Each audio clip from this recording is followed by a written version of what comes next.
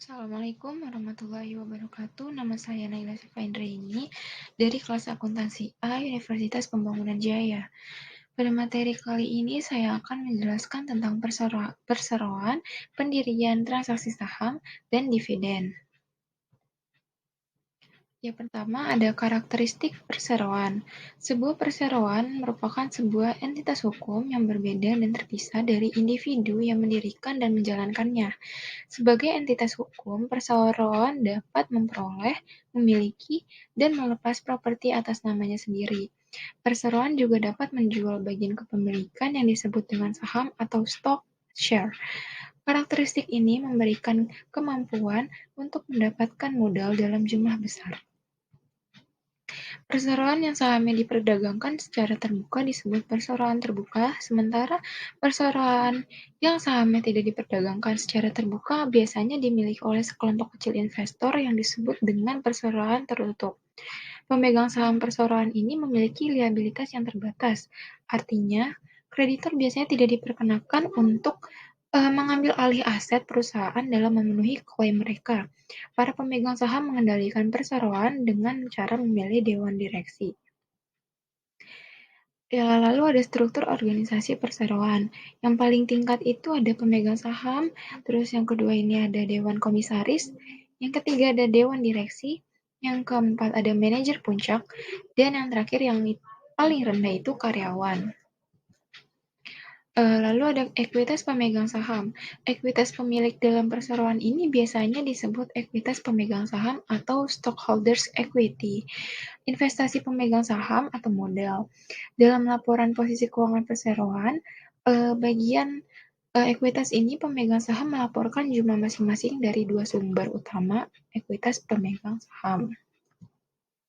Modal disetor yang diperoleh dari penerbitan saham. Jumlah modal dasar ini disebutkan dalam akta pendiriannya. Kata modal ditempatkan dan disetor atau issued capital mengacu pada lembar saham yang diterbitkan kepada para pemegang sahamnya.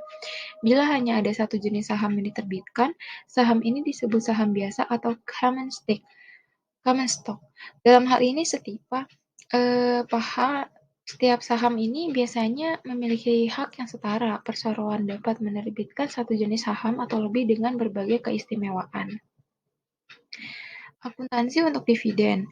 Saat Dewan Direksi mengumumkan dividen kas, artinya pembagian sejumlah kas ini perseroan kepada pemegang sahamnya ini sudah disahkan. Saat Dewan Direksi mengumumkan dividen saham, berarti para direksi mengesahkan pembagian sejumlah saham perseroan. Dividen ini terbagi menjadi dua. Yang pertama ini dividen kas, pembagian laba secara tunai oleh perseroan kepada para pemegang saham disebut dividen tunai atau dividen kas atau cash dividend. Meskipun dividen dapat dibagikan dalam bentuk aset lainnya, dividen tunai merupakan bentuk yang paling umum digunakan. Yang kedua ini ada dividen saham. Pembagian lembar saham kepada para pemegang saham disebut dividen saham atau stock dividend. Biasanya saham yang dibagikan adalah saham biasa dan diterbitkan untuk para pemegang saham biasa. Dividen saham hanya mempengaruhi ekuitas pemegang saham. Transaksi saham treasury. Saham treasury atau treasury stock adalah saham yang telah diterbitkan oleh perusahaan dan kemudian dibeli kembali oleh perusahaan. Sebuah perseroan dapat membeli saham miliknya untuk beberapa alasan. Yang pertama ini untuk dijual kembali kepada karyawannya, yang kedua untuk diterbitkan kembali sebagai bonus untuk karyawan, atau yang ketiga untuk mendukung nilai pasar saham. Lalu ada pemecahan saham. Kadangkala perseroan mengurangi nilai pari dan atau nilai yang tertera dari saham biasa dan menerbitkan sejumlah tambahan saham secara proporsional. Saat hal ini dilakukan, perseroan dikatakan memecah saham mereka dan prosesnya disebut pemecahan saham atau stock split. Saat saham dipecah, pengurangan nilai parinya ini atau nilai yang terteranya ini memengaruhi seluruh sahamnya, termasuk saham yang belum diterbitkan, dan saham treasury. Terima kasih, segitu saja materi yang sudah saya sampaikan. Semoga bermanfaat.